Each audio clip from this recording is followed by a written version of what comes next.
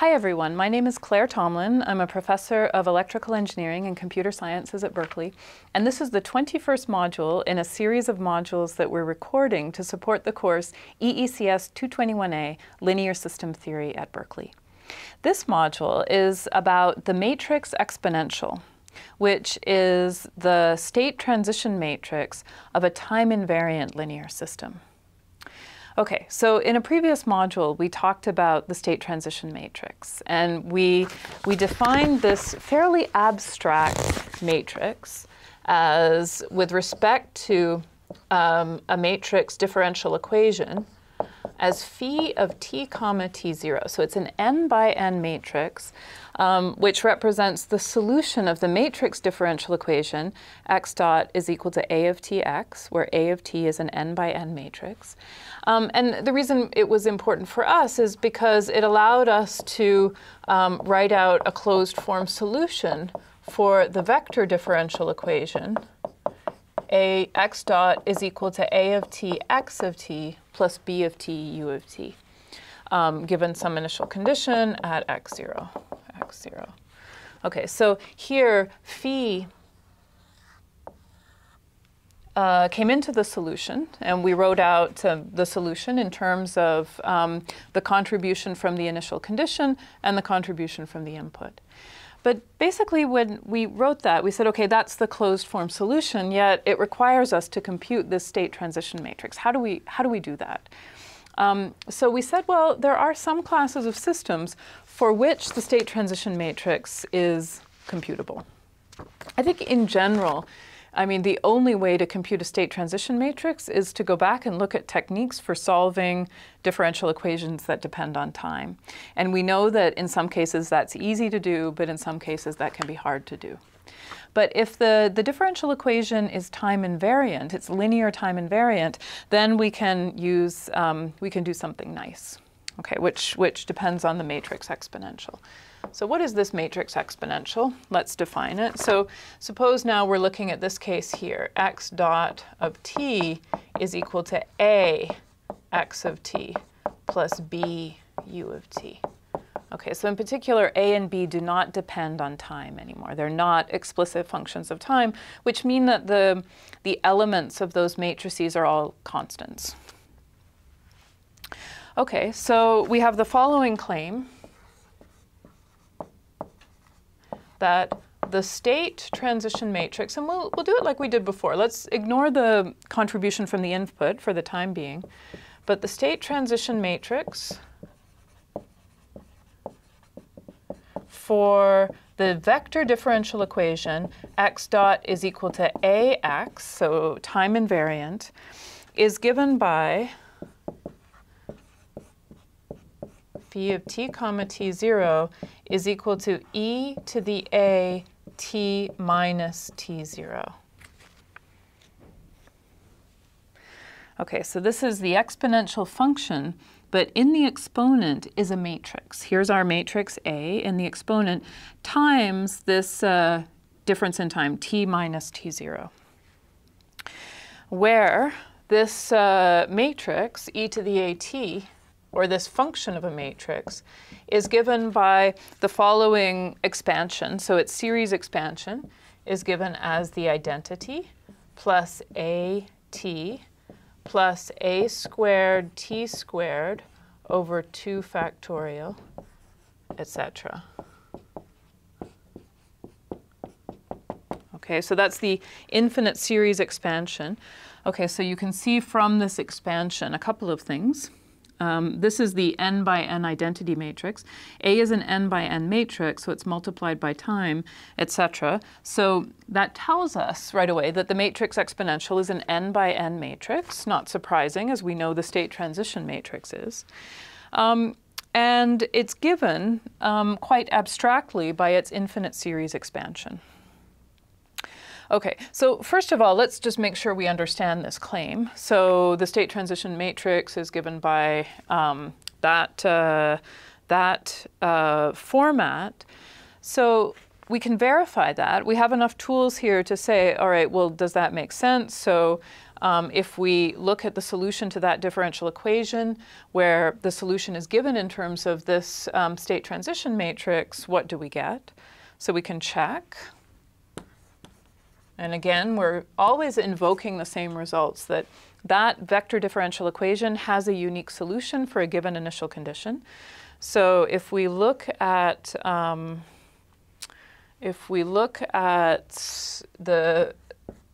this would be the candidate solution, e to the at minus t0 times x0.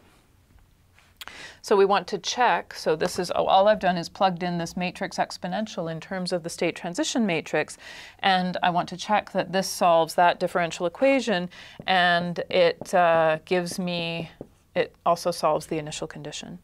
So if we plug in the initial time, we get x of t0 is equal to e to the a t0 minus t0 x0, which is just e to the a0 x0. So if the time argument is 0, all of these terms go away and you just get the identity, and x of t0 is equal to x0. Okay, so the initial condition checks. Let's make sure the differential equation checks. So let's take the derivative of both sides of this differential equation. The derivative of e to the at is, we can just look at it in terms of its infinite series expansion. The derivative of the identity is equal to the 0 matrix. So x dot of t is equal to 0 plus a plus a squared t plus a cubed t squared over 2 factorial. So the 3 comes down, and that 3 factorial becomes a 2 factorial, etc. And then times x0. No, sorry, x times x0. Yeah, that's right. So then we end up with, let's just factor out the a here. So that becomes a times I plus at. And we end up with just the definition of the matrix exponential. A squared t squared over 2 factorial. So I'm just factoring out an a and finding that the result here is a times x of t. Okay, so it satisfies both the initial condition and it satisfies the differential equation. Okay, so our claim is true, that if we trust this definition of the matrix exponential, and we can, take derivatives of that infinite series expansion as we did, then that is indeed the solution to that time invariant differential equation.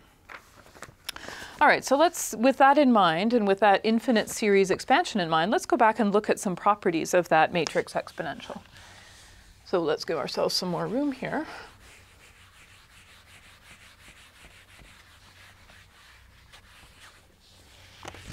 Okay, so properties of e to the at.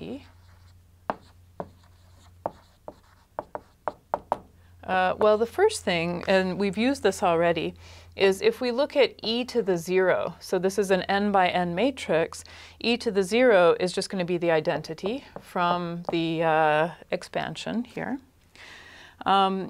If we look at e to the a times t plus s, both scalars, that's equal to e to the at times e to the as. So that's the matrix product of those two terms.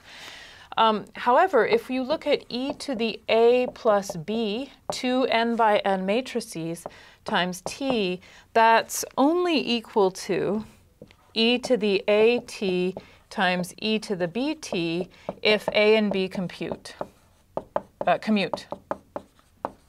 So if a commutes with b, then you get this product. Otherwise, that's not generally true. Okay, so that's an important identity. The inverse, e to the at inverse, so it's an n by n matrix.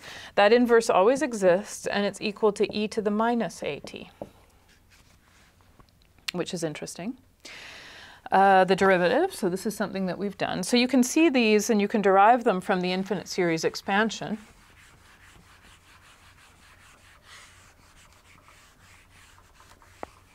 But the fifth property is if we take the derivative d by dt of e to the at, that's equal to a e to the at. That just, again, comes from the infinite series expansion. And then finally, if you look at the matrix differential equation, so let's use capital X as we did before. So if you have an n by n matrix x of t, then the solution to the matrix differential equation, capital X of t, is equal to a x dot of t is equal to a x of t, with the initial condition being the identity matrix. That solution is given by x of t is equal to e to the at. This follows directly from our definition of the state transition matrix, because this is a special case of the state transition matrix for this time invariant system. Okay, and so all of these properties we can check from the infinite series representation that we've been given for e to the at. Okay, but how do we compute it? So let's end today's module just by talking about the computation of e to the at. And this is, in general, hard. So computing e to the at is, in general, hard. But I would say, it's in general easier than computing the general state transition matrix. You might be tempted to think about computing it using its infinite series representation. That is not generally a good idea. So generally, we would only use the infinite series representation, so infinite series representation to compute it. I would say do this only if it's clear that A is nilpotent. So that for some small integer, k, a to the k is equal to 0. And then your infinite series truncates after a few terms, and you're able to just build up what the representation is. So only if a is nilpotent, and even then, it's not clear you would use that. So for example, if a is, so if it's got lots of zeros, for example, you might check here, in fact, a squared is just the zero matrix. And so you can compute e to the at as I plus at, and all the other terms, a squared, etc., they all go to 0 because a squared is equal to 0. So it's just equal to 1, 1, 0, 1. Generally, we compute the matrix exponential using the following technology. We think about the matrix differential equation, x dot is equal to ax. And we think about the situation in which we're looking at an initial condition here, which is the identity. And we take the Laplace transform of that. So let's use x hat to represent the Laplace transform of x. So the Laplace transform of that derivative is s times x hat minus x hat of 0. And on the right-hand side, we just have a x hat of s. And so what we can do then is bring x hat of s onto the ax hat of s onto the left-hand side, bring x0 onto the right-hand side, and simplify to come up with x hat of s is equal to si minus a inverse. And we're assuming all along that this inverse exists. It does exist, but we haven't shown that yet. So the inverse of si minus a. So x of s is equal to si minus a inverse. And so then that's x hat of s. So that tells us that x of t is going to be the inverse Laplace transform of Si minus A inverse. So you take your matrix A, you subtract it from a matrix which is S times I, so that's an n by n matrix whose diagonal elements are all S's. And you compute the inverse of that matrix, and then you take the inverse Laplace transform of that matrix. And that should give you x of t. From our property 6 on the previous slide, the properties of the matrix exponential, we know that x of t, by definition, the solution to that matrix differential equation starting at the identity is e to the at. Therefore, we have a way of determining e to the at. It's the inverse Laplace transform of Si minus A inverse. All right, so let's go back to this example here. Here, A is equal to 0, 1, 0, 0. So we have that Si minus A is just S minus 1, 0, S. And now we can take the inverse of that matrix. So this is why, in general, this technique could be hard, or in general, computing the matrix exponential is hard because of the following. So let's take Si minus A inverse. Okay, so that's easy because it's a 2 by 2 matrix. So it's just 1 over S squared, 1 over the determinant, times SS1, S1, 0, S. Okay, so it's 1 over S squared, 0, 1 over S. And so that tells us that e to the at is going to be the inverse Laplace transform of Si minus A inverse, which is, and so here we have to remember our inverse Laplace transforms, but sometimes it's so easy we can do it by inspection. So here we end up with e to the t, this is t, e to the t, 0, and e to the t. Okay, so we end up with e to the at just through doing that inverse Laplace transform. Okay, so what is hard here? Well, in this 2 by 2 case, what is hard didn't really come out. We, in general though, if we had an n by n matrix, you would have an nth order polynomial. The determinant is going to be an nth order polynomial. And so in order to compute the inverse Laplace transform, you have to have an algorithm for factoring that nth order polynomial. And that's what's hard. It's that factorization problem. So even if you could compute the inverse easily, which typically you could, you have to be able to take the inverse Laplace transform. And the only way we know how to do that is by factoring this nth order polynomial. Okay, so we have, actually, what did we do wrong here? I'm looking at this kind of funny because I think I took the inverse Laplace transform incorrectly. So let's just go back and check. Let's do a check. So this is why it's always good to remember your inverse Laplace transforms. So here we're taking the inverse Laplace transform of 1 over S. That is not e to the t as I had, it's just 1. And 1 over S squared is just the ramp t. So it's actually just given by the following. Much simpler than I had, and a good note as to why you should remember, or why you should remember your inverse Laplace transforms. And of course this makes sense because it complies with the solution that we computed using the infinite series representation.